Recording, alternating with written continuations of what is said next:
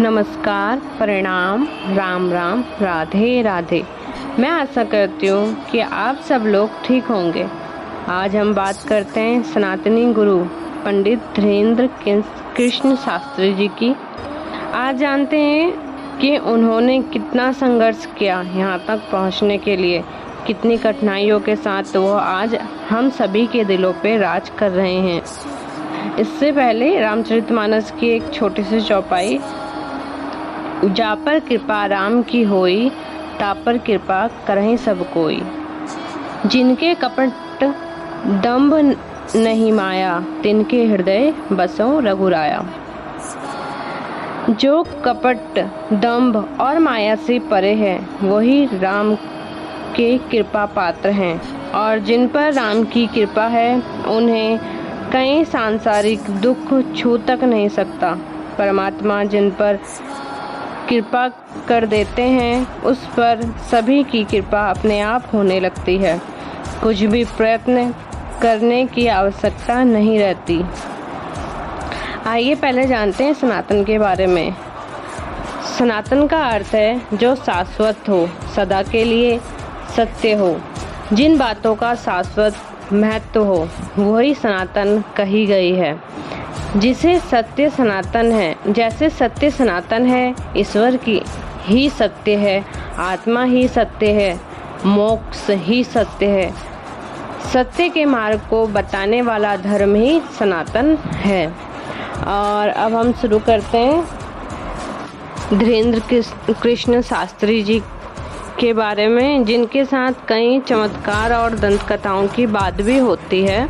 नाम श्री धीरेन्द्र कृष्ण जी, उपनाम बागेश्वर धाम महाराज। प्रसिद्ध नाम है बालाजी महाराज, बागेश्वर महाराज, धीरेन्द्र कृष्ण जी। इनका जन्म 4 जुलाई 1996 में हुआ, गढ़ा छत्रपुर मध्य प्रदेश। पिता का नाम राम कृपाल गर्ग, माता का नाम श्रीमती सरोज गर्ग।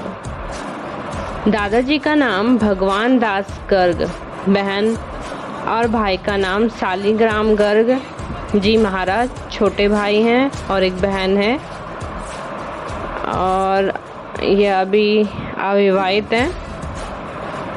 और आइए जानते हैं इनके बारे में कुछ रोचक तथ्य। धीरेन्द्र कृष्ण जी का जन्म 4 जुलाई तो पहले भी आ गया। धीरेन्द्र जी का जन्म 4 जुलाई 1996 को छत्रपुर के पास स्थित गड़ागंज गांव में हुआ था। इनका पूरा परिवार आज भी उसी गड़ागंज में रहता है, जहां पर प्राचीन बागेश्वर धाम का मंदिर स्थित है। इनका प्रेतक घर भी यहीं पर है। यहीं इनके दादाजी पंडित भगवान दास गर्ग सेतुलाल भी रहते थे। इनके दादाजी ने चित्रकूट के निर्मोही अखाड़े से दीक्षा प्राप्त की थी, जिसके बाद वे गड़ा गांव पहुंचे, जहां उन्होंने बागेश्वर धाम मंदिर का जीर्णोद्धार कराया था।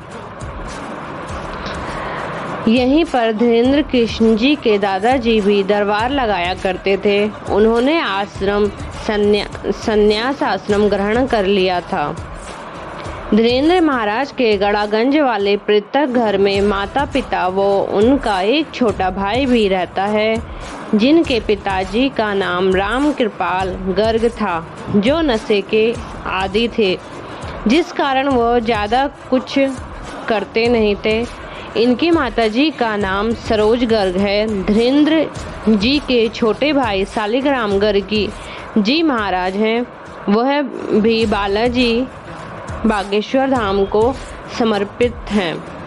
धीरेन्द्र के पिताजी के कुछ न करने के कारण परिवार की आर्थिक स्थिति बहुत खराब थी। 3 दिन तक खाने का अभाव रहता था। जैसे तैसे गृहस्थी चला करती थी। रहने के लिए एक छोटा सा कच्चा मकान था, जो बरसात के दिनों में टपका करता था। इन्हें हनुमान जी का आशीर्वाद कहिए या फिर किस्मत का खेल। इतनी कम उम्र में धीरेन्द्र महाराज शानदार मुकाम और प्रसिद्धि हासिल की। धीरेन्द्र जी ने अपनी प्रारंभिक शिक्षा गांव के ही सरकारी स्कूल से प्राप्त की। उन्होंने 8वीं तक की शिक्षा अपने गांव में ही ग्रहण की, जिसके बाद आगे की पढ़ाई के लिए उन्हें 5 किलोमीटर दूर गंज के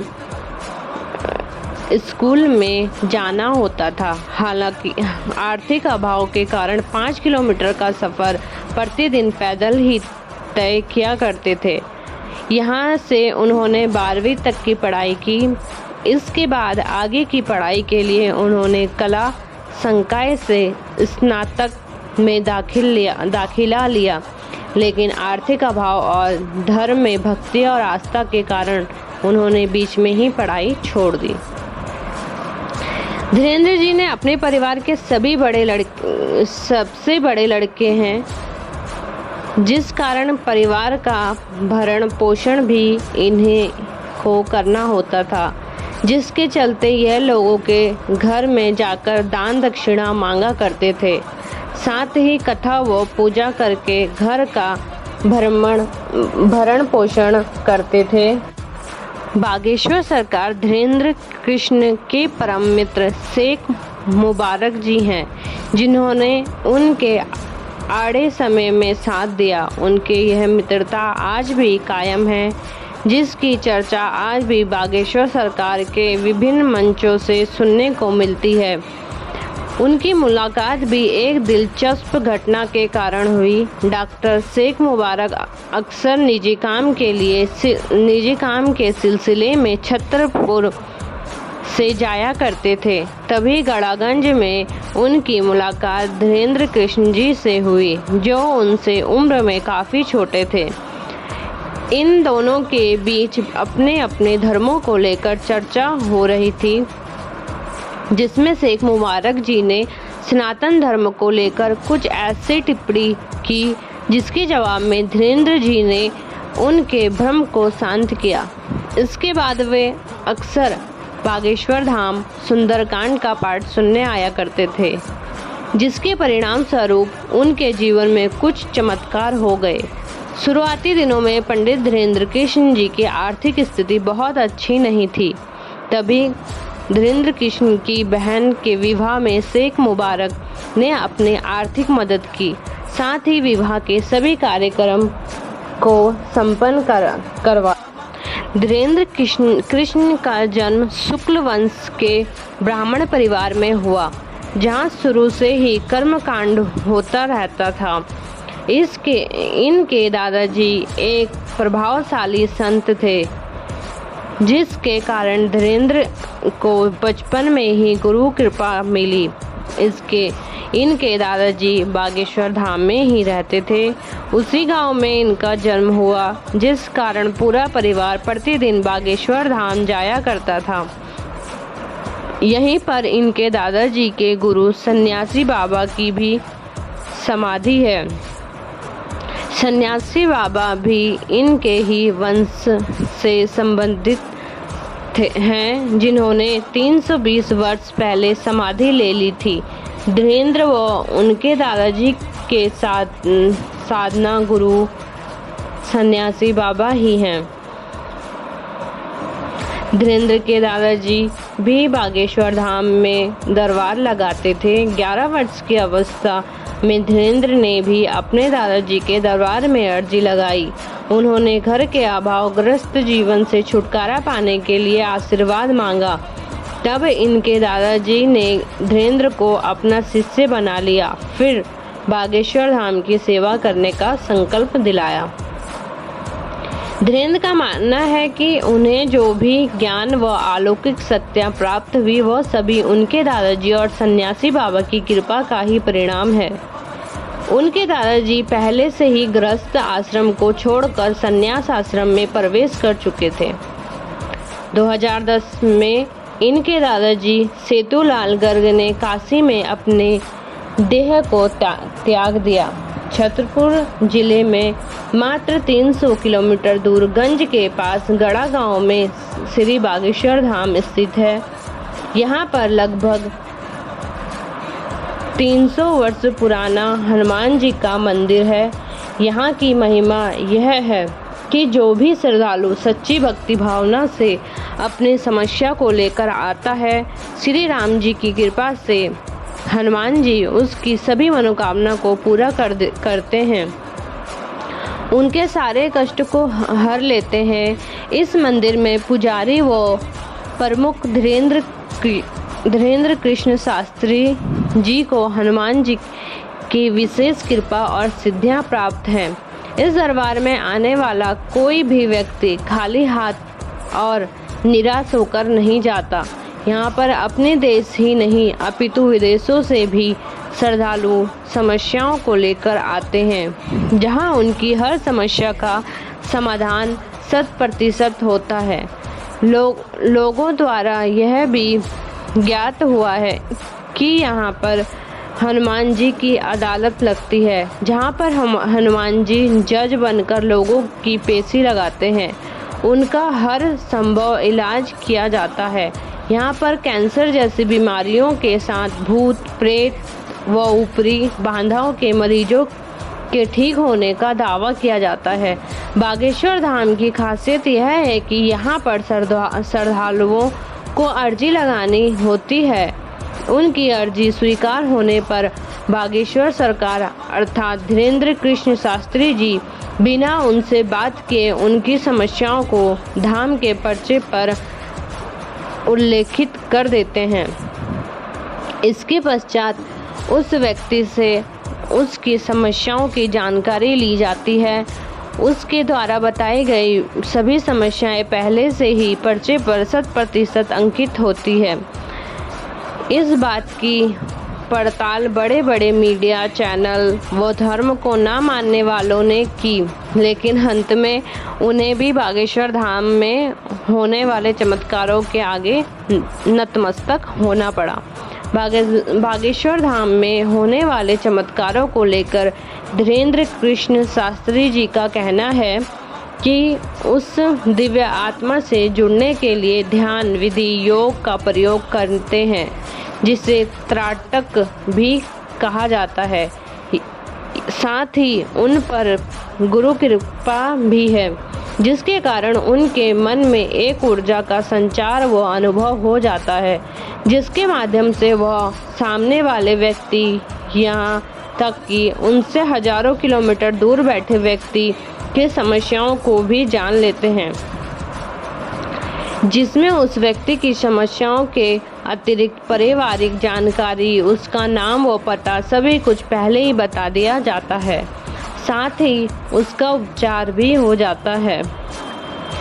बागेश्वर धाम पहुंचने पर श्रद्धालुओं को रजिस्ट्रेशन करवाना होता है, फिर यहीं से टोकन मिलता है। टोकन मिलने के बाद कुछ जानकारी देनी होती है, जिसमें श्रद्धालु का नाम, स्थान व मोबाइल नंबर होता है। रजिस्ट्रेशन करवाने के बाद फरियादी को बालाजी अर्थात हनुमान जी व महादेव शिव को अर्जी लगानी होती है। मंदिर परिसर में हजारों की संख्या में लाल व काले रंग की पोटली बंधी रहती है। फरियादी को भी एक लाल रंग के कपड़े में नारियल बांधकर मन में अपनी समस्याओं को दोहराते हुए इस पोटली अर्थात अर्जी को बांधना होता है। इसमें लाल और काले रंग की अर्जी में अंतर यह है कि काले रंग की अर्जी सिर्फ भूत प्रेत बांधा वाले पर व ऊपरी समस्याओं से ग्रस्त व्यक्ति बांधते हैं, जबकि लाल रंग की अर्जी अन्य सभी समस्याओं के लिए बांधी जाती है। अर्जी बांधने की जगह पर ही महादेव और महाबली का मंदिर है, जहां अर्जी लगाने के बाद फरियादी 21 बार परिक्रमा करते हैं। इस दौरान मन में मुराद को लगातार दोहराया जाता है। ऐसी मान्यता है कि इस जगह पर धाम की सभी अलौकिक शक्तियां निवास करती हैं। इसी जगह पर लिंकंतो 3 संतों की भी समाधियां हैं, जो बागेश्वर सरकार के गुरु हैं, जिनकी शक्ति आज भी इस धाम के अंदर समाहित है। इसके बाद पेशियों का सिलसिला शुरू होता है, जहां मुख्य रूप से मंगलवार व शनिवार को पेशी होती है। यूँ तो प्रतिदिन भी हजारों की संख्या में श्रद्धालु आते रहते हैं। आइए जानते हैं धीरेन्द्र कृष्ण जी के अनमोल वचन। जो विद्यार्थी प्रतिदिन माता पिता व गुरु को प्रणाम करता है, उसकी आयु बढ़ जाती है, उसकी विद्या बढ़ जाती है, उसका यश बढ़ जाता है, उसका बल बढ़ जाता है। दुख का झूला जितना पीछे तक जाएगा, सुख का झूला उतना आगे तक पहुंचेगा। जिंदगी में झूला जितना पीछे तक खींचा जाता है, वो उतना ही आगे तक जाता है। प्रत्येक व्यक्ति के जीवन में अभाव की बहुत आवश्यकता है।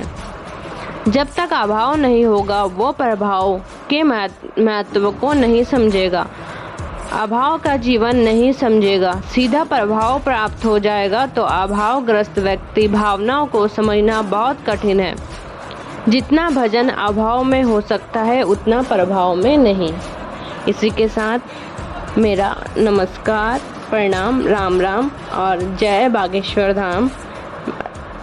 सभी कमेंट में बागेश्वर धाम, जय श्री बागेश्वर धाम लिखें। और इसी के साथ आप सभी ध्यान रखें अपना, और मैं आशा करती हूँ कि आप ठीक ठाक ही रहेंगे, अपना ध्यान रखेंगे। ओके, बाय, जय श्री राम।